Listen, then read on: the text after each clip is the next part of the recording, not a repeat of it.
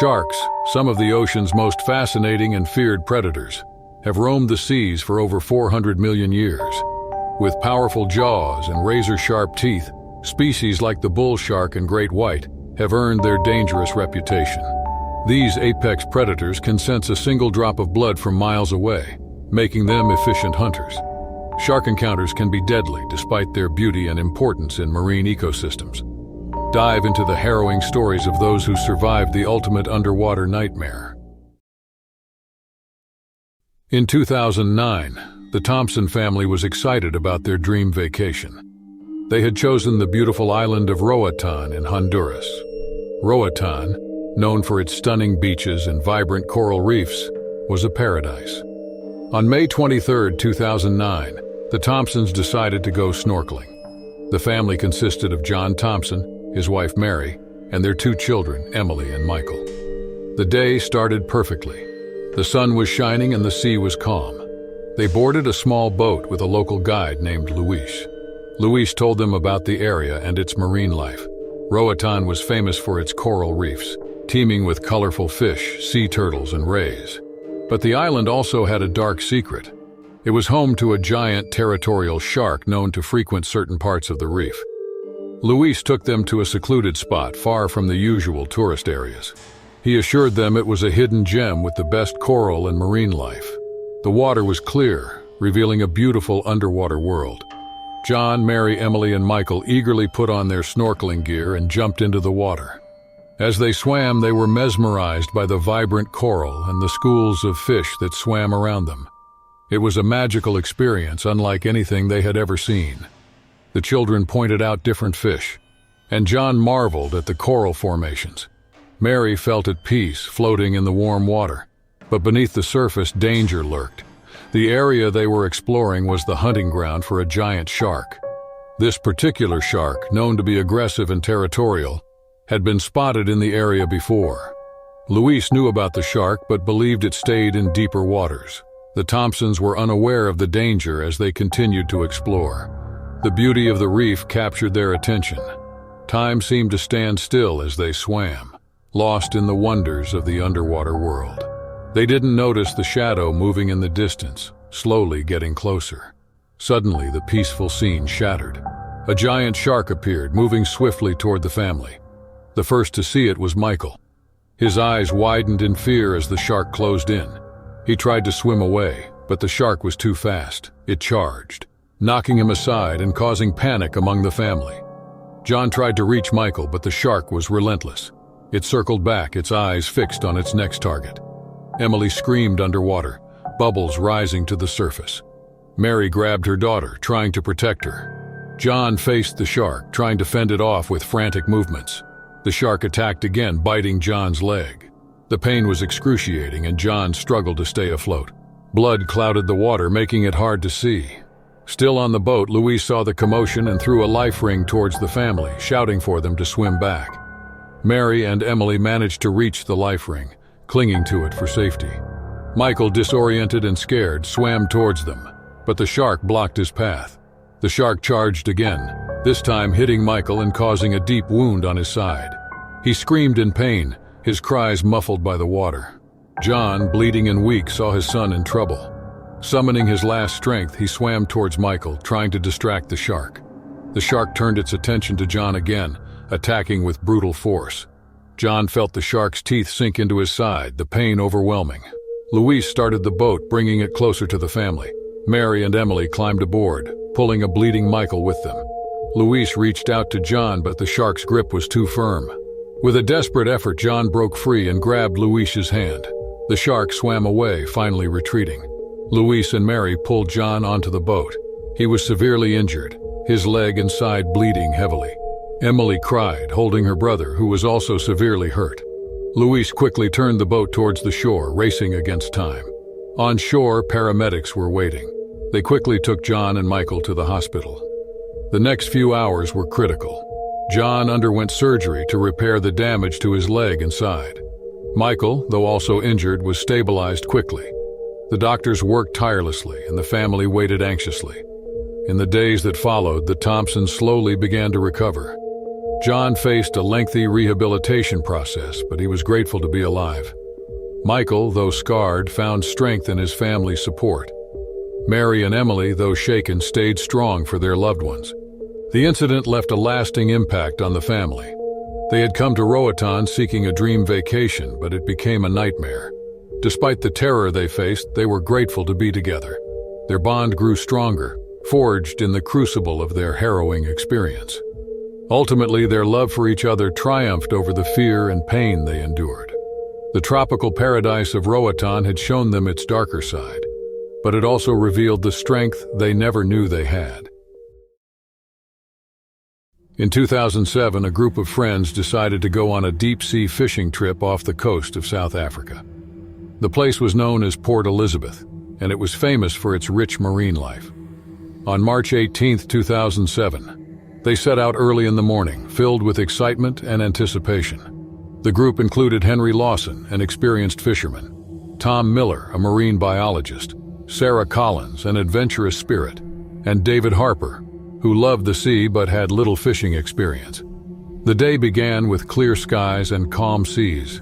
The sturdy fishing vessel, Sea Voyager, was stocked with supplies and equipment. Henry led, guiding the boat toward a spot known for its abundance of large fish. As they sailed, Tom explained the marine life in the area. The waters around Port Elizabeth were home to various fish species, dolphins, and the occasional great white shark. Great white sharks, Tom explained, were apex predators. They could grow up to 20 feet long and had powerful jaws lined with rows of sharp teeth. While attacks on humans were rare, these sharks were known to be curious and sometimes aggressive. The friends spent the morning fishing, catching several giant tuna and marlin. The mood was festive, and they enjoyed each other's company, sharing stories and laughter. The sun climbed higher, casting a golden glow over the water.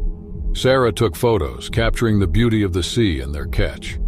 Around midday, Henry felt a strong tug on his line. He struggled to reel it in, calling for help. Tom, Sarah, and David rushed to assist. They quickly realized that they had hooked something massive. The boat rocked as the creature on the other end fought back with incredible strength. Sweat dripped down Henry's face as he gripped the rod tightly. Minutes turned into an hour as they battled the unseen giant. Suddenly, the water erupted and a massive white shark broke the surface. It thrashed wildly, revealing its immense size. The friends gasped in awe and fear. The shark was at least 18 feet long, its powerful body gleaming in the sunlight. The initial excitement turned to dread as the shark began to pull the boat. It circled, trying to break free from the hook. The ship rocked violently, and the friends struggled to keep their balance. Henry knew they had to cut the line, but before he could act, the shark surged forward, capsizing the boat. Thrown into the water, the friends struggled to stay afloat.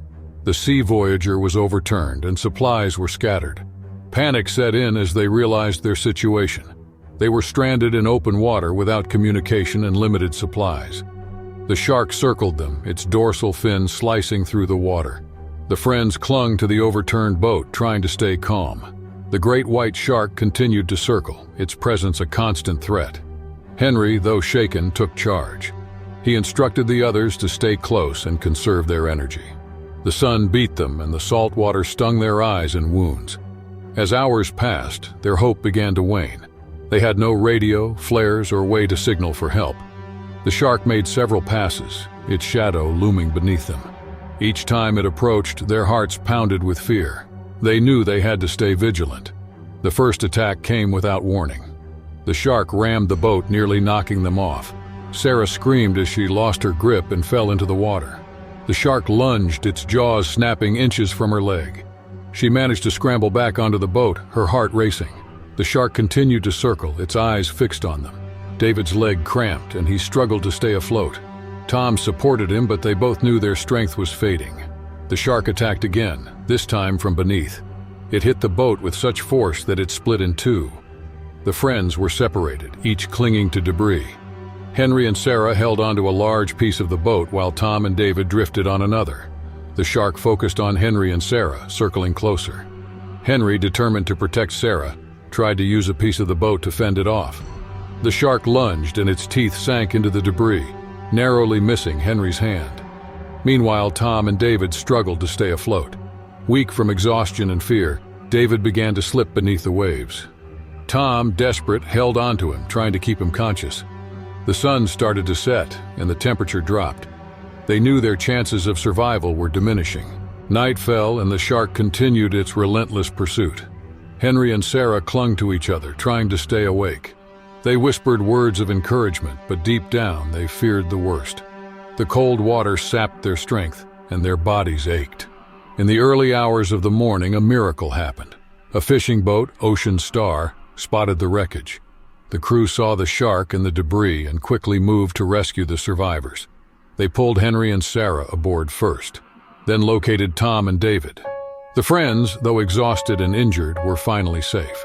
The Ocean Star crew treated their wounds and gave them warm blankets and food. They listened to the friends' harrowing tale with disbelief and sympathy. Henry, Sarah, Tom, and David were grateful to be alive, but the ordeal had left deep scars. In the days that followed, they returned to Port Elizabeth. News of their survival spread, and they were hailed as heroes. The experience had changed them. They had faced their worst fears and survived. Their bond grew stronger, forged in the crucible of terror and survival. Once a confident fisherman, Henry approached the sea with newfound respect. Tom continued his work as a marine biologist, but with a deeper understanding of the creatures he studied. Sarah, always adventurous, became an advocate for ocean safety. David, who had feared the sea, found a new appreciation for life and its fragility. The friends never forgot their ordeal. The great white shark tested their limits and brought them to the brink of despair. But ultimately, they found the strength to survive. Their story became a testament to human resilience and the unbreakable bond of friendship. In 2005, the sun rose over the bustling beach town of Surfside, Australia. On January 15th, the beaches were packed with tourists and locals, all seeking to enjoy the clear waters and warm sand. Surfside was known for its beautiful coastline and safe swimming areas. However, it was also home to various marine life, including the occasional great white shark. The Surfside lifeguard team, a dedicated group of professionals, was always on high alert. The team included Jake Matthews, the experienced leader, Emma Brown, a skilled diver, Chris Harris, the strong swimmer, and Sarah Lee, the quick thinker. They had trained together for years and knew the dangers the ocean could pose. The day began like any other. The lifeguards set up their stations, checking equipment and scanning the horizon. The beach was alive with laughter and the sound of waves. Children played in the shallows, surfers rode the waves, and sunbathers relaxed on the shore. Jake noticed a family setting up near the water. A young boy, about 6 years old, was eager to swim. His parents watched him closely, ensuring he stayed within the safe zone. The boy, named Timmy, splashed around, enjoying the day. The lifeguards watched him and the other beachgoers, ensuring everyone stayed safe. Around noon, a disturbance in the water caught Jake's attention. He saw a dorsal fin slicing through the waves, heading towards the shore. His heart raced as he grabbed his whistle and signaled the team. The other lifeguards sprang into action, ushering swimmers out of the water and alerting everyone to the danger. Despite their efforts, the shark moved swiftly. It reached the shallows where Timmy was playing. Before anyone could react, the shark attacked, pulling the boy under. Panic erupted on the beach. Timmy's parents screamed for help, their faces etched with terror. The lifeguards, well-trained but horrified, knew they had to act fast. Jake, Emma, Chris, and Sarah grabbed their gear and sprinted towards the water. They knew the risks but couldn't let fear hold them back. They had encountered shark sightings before, but never had an attack occurred this close to shore. As they waded into the water, they noticed blood spreading through the waves, a chilling sign of the shark's presence. Great white sharks in this area were known to be aggressive hunters. They could grow up to 20 feet long and had a powerful bite. Attacks on humans were rare, but when they happened, they were often fatal. The team knew the odds, but were determined to save Timmy. The lifeguards swam with all their might, their eyes scanning the murky water for any sign of Timmy or the shark. The sight of blood made their hearts pound with fear, but they pushed forward. Emma, the best diver, took the lead, and her experience guided her through the dangerous waters. Suddenly, Emma spotted Timmy. The shark had pulled him deeper, but he was still alive, struggling against the predator. Without hesitation, Emma dove deeper, reaching out for the boy. The shark, sensing her presence, turned and charged. Emma thrust a spear towards the shark, hitting it in the side. The shark recoiled, giving Emma the chance to grab Timmy. Emma surfaced, gasping for air and clutching Timmy. The boy was unconscious, but he had a pulse. Jake, Chris, and Sarah formed a protective circle around them, ready to fend off the shark if it returned. They began the dangerous swim back to shore, every second feeling like an eternity. The shark, angered and in pain, circled them, looking for another chance to attack. Chris, the strongest swimmer, took a defensive position. He used a long pole to keep the shark at bay, jabbing at it whenever it came too close.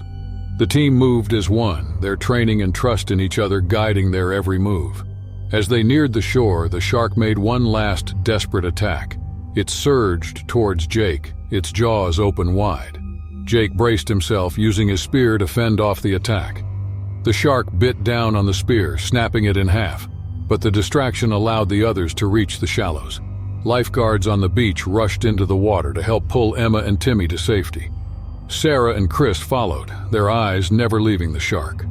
Jake was the last to leave the water, his heart pounding with relief and adrenaline. The shark, defeated and injured, finally swam away, disappearing into the depths. On the beach, paramedics were ready. They immediately began treating Timmy, who had suffered severe injuries but was still alive. The lifeguards watched anxiously as the medical team worked, praying for the boy's survival.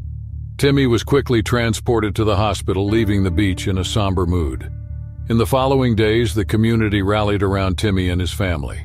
The beach was closed as a precaution, and experts were brought in to study the shark activity. The lifeguards were hailed as heroes, and their bravery and quick thinking saved the boy's life. Timmy underwent several surgeries to repair the damage from the shark bite. His recovery was slow but steady, thanks to the support of his family and the community. The lifeguards visited him often, bringing him toys and words of encouragement. They shared stories of their experiences, helping him overcome his fear of the ocean. The incident left a lasting impact on the lifeguard team. They had faced their worst nightmare and emerged stronger for it. Jake, Emma, Chris, and Sarah knew they had risked their lives, but they also knew it was worth it. Their bond grew tighter, their respect for the sea deeper. Surfside's beaches eventually reopened, but with enhanced safety measures. The community had learned a valuable lesson about the power of nature and the importance of vigilance. The lifeguards continued their work, more vigilant than ever, always ready to protect and serve. Timmy's story became a symbol of hope and resilience. A year later, he returned to the beach, greeted by cheers and smiles. Once a source of fear, the ocean became a place of healing and strength. The lifeguards stood by, watching over him and everyone else, knowing they had made a difference. In 2003, marine biologist Dr. Emily Carter embarked on a research mission in the remote waters off the coast of Belize. On August 14th, she prepared for her most daring dive yet. Dr. Carter had spent years studying shark behavior, focusing on the elusive and dangerous species in the region. This particular day was meant to be groundbreaking. She planned to explore an underwater cave rumored to harbor a previously unknown species of aggressive sharks. Dr. Carter's team built their base on a small research vessel near the cave entrance. The team included her assistant, Mark Stevens, who had been with her on many dives, and a local guide, Carlos Mendez, who knew the waters well. They had spent the morning preparing equipment and reviewing safety protocols. The weather was perfect, with calm seas and clear skies. The waters around Belize were home to various shark species, including the great white, hammerhead, and bull shark. These sharks were known for their size and power, and their presence added an element of danger to any dive. Dr. Carter was aware of the risks, but driven by her passion for discovery and the potential to contribute significantly to marine biology. By mid-morning, Dr. Carter was ready. She donned her diving gear, checked her oxygen supply, and tested her underwater camera. The plan was to enter the cave, collect data on the sharks, and return within an hour.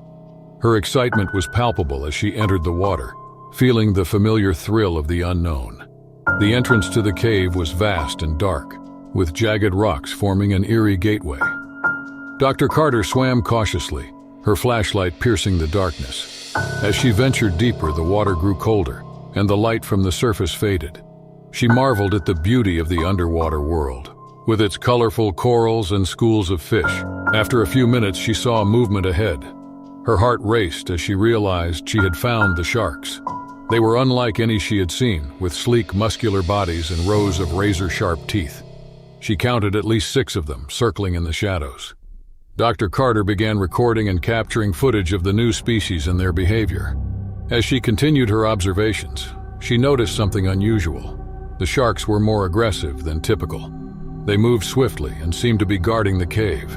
Dr. Carter's excitement turned to concern. She knew she had to be careful not to provoke them. Suddenly, her equipment began to malfunction. Her flashlight flickered, and her oxygen gauge showed erratic readings. Panic set in as she realized she was running out of air. She tried to signal Mark and Carlos on the surface, but her radio was dead. She was trapped in the cave, with the aggressive sharks circling closer. Dr. Carter's mind raced as she assessed her situation. She knew she had limited time before her oxygen ran out. The sharks sensed her vulnerability and grew bolder, closing in around her. She had to act quickly.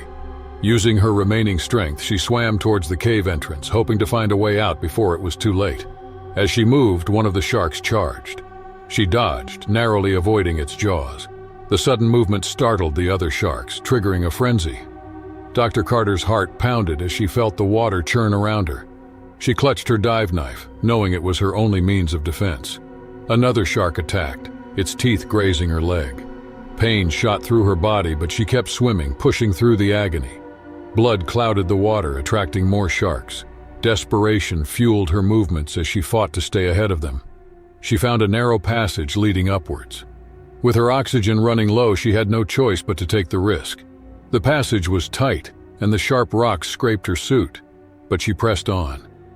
The sharks followed, their movements erratic and frenzied. Dr. Carter's vision blurred as her oxygen depleted. She reached the end of the passage, emerging into a small air pocket.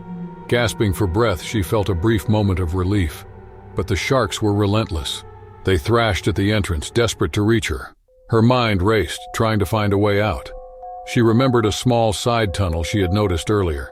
It was narrow and dangerous, but it might lead to safety. Summoning her last reserves of strength, she dove back into the water, heading for the tunnel. The sharks followed, their powerful bodies squeezing through the tight space. Dr. Carter felt their presence close behind her, the water vibrating with their aggression. Her leg throbbed with pain, but she couldn't stop. The tunnel twisted and turned, disorienting her. When she thought she couldn't go on, she saw the light ahead. The tunnel opened into a larger chamber with an exit leading to the surface. She swam towards it, her lungs burning for air. The sharks were still behind her, but she was almost there. With a final burst of energy, Dr. Carter reached the surface. She broke through the water, gasping for air and waving frantically for help. Mark and Carlos, who had been searching for her, spotted her and rushed to pull her aboard the boat. They managed to drag her out of the water just as the sharks surfaced, their jaws snapping inches away.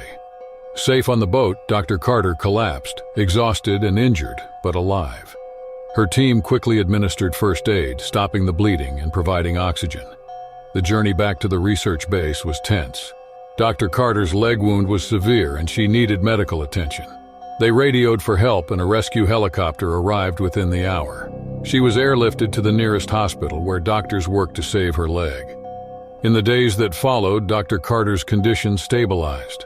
She had lost a lot of blood and suffered deep lacerations, but she was grateful to be alive. Her footage and notes were recovered, revealing the existence of the new shark species. The discovery made headlines, but for Dr. Carter, it was a reminder of the thin line between life and death in the ocean's depths. The experience left her with a newfound respect for the creatures she studied. She vowed to continue her research, but with greater caution. Her team remained by her side, and their bond strengthened by the ordeal. They knew the risks but were united by their passion for the ocean and its mysteries. Dr. Carter's last dive was harrowing, but it also opened new doors for marine biology.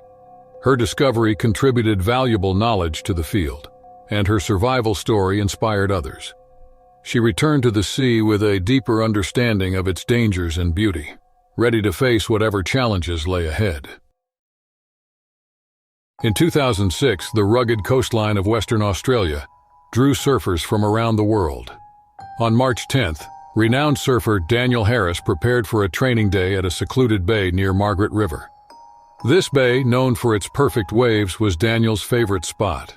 It was far from the crowds, providing the solitude he needed to focus on his upcoming competition. Daniel woke up early that morning, excited for the day ahead. He loaded his gear into his van and drove along the winding coastal roads. The sky was clear, and the sun was just beginning to rise, casting a golden hue over the ocean. The conditions were ideal. The waves were consistent, and the wind was light. Daniel felt a rush of anticipation as he parked his van and walked down to the beach. The bay was known not just for its waves, but also for its marine life.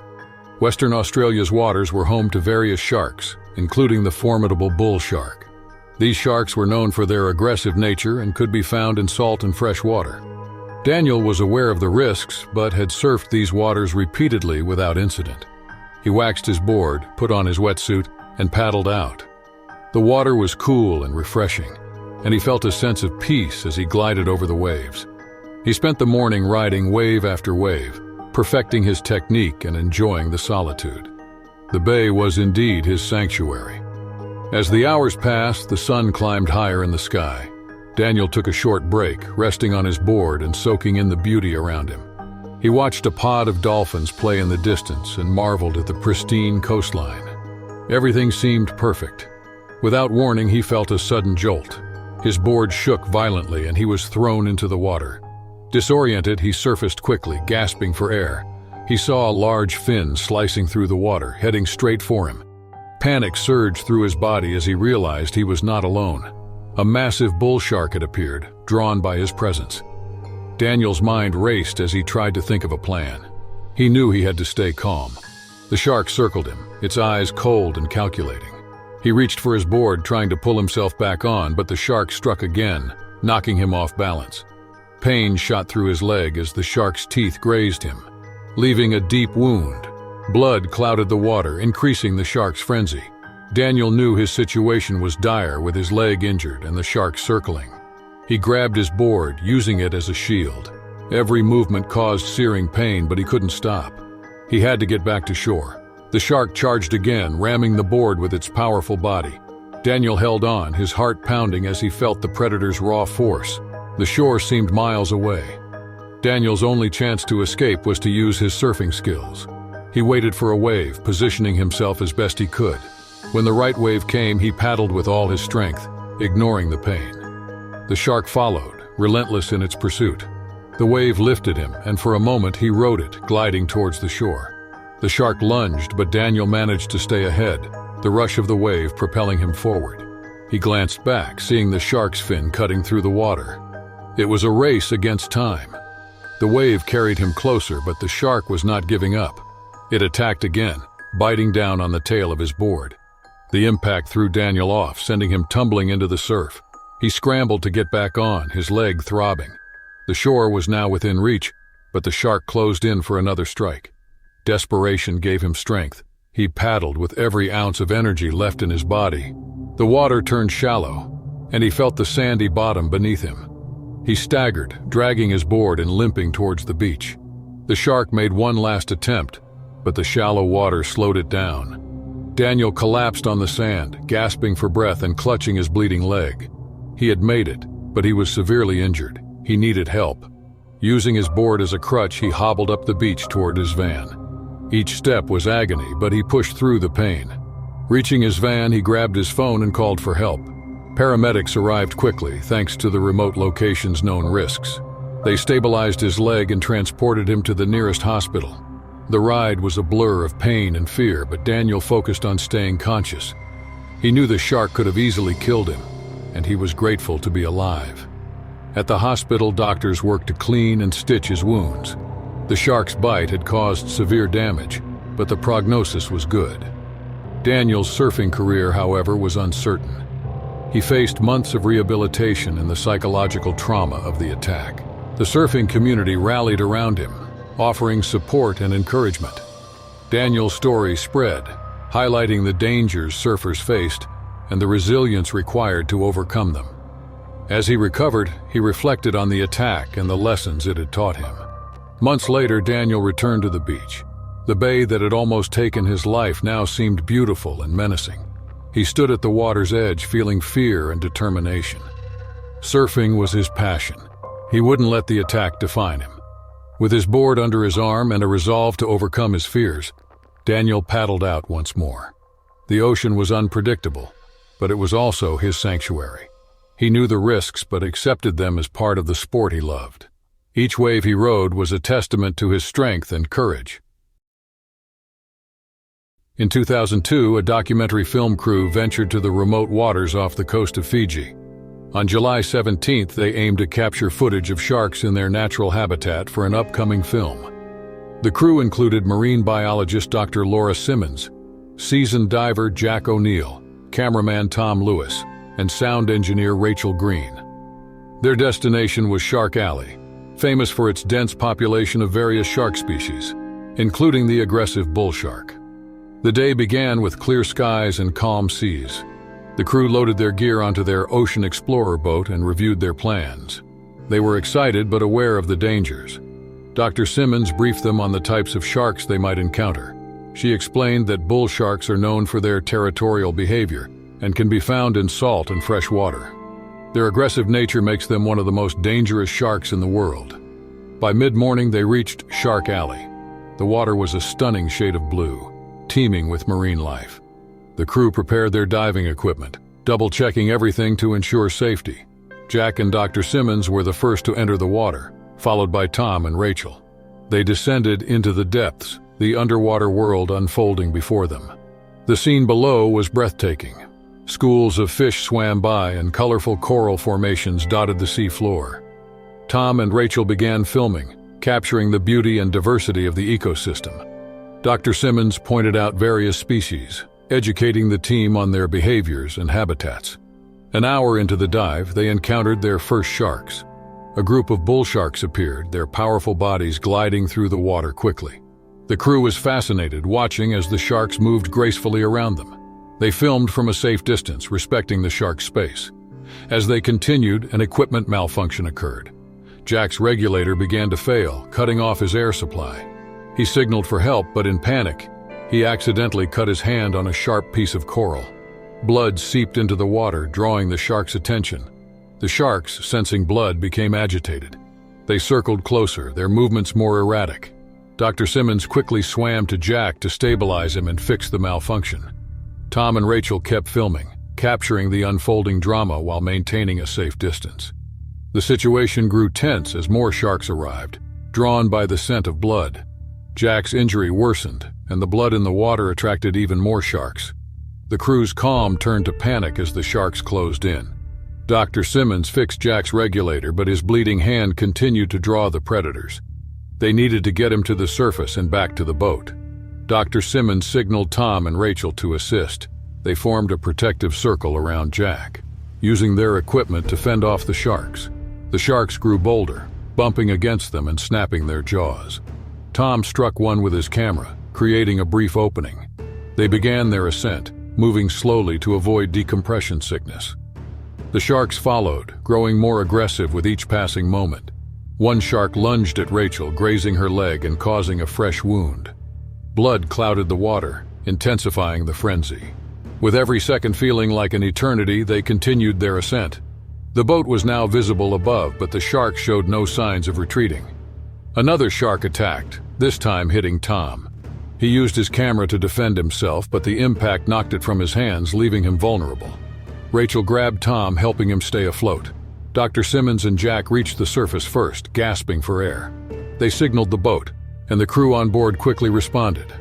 A ladder was lowered, and Jack was pulled to safety, his hand bleeding heavily. Tom and Rachel were next, struggling against the shark's relentless pursuit. Tom felt a sharp pain in his side as a shark bit down, tearing through his wetsuit.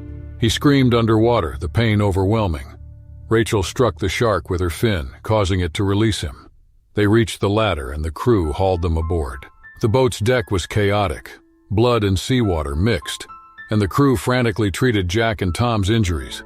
Rachel's leg was also bleeding, but she insisted they focus on the more severe wounds first. They applied pressure to Jack's hand and Tom's side, trying to stem the bleeding. The boat sped towards the nearest medical facility, the crew's hearts pounding with fear and adrenaline. Jack and Tom were in critical condition, their wounds deep and painful.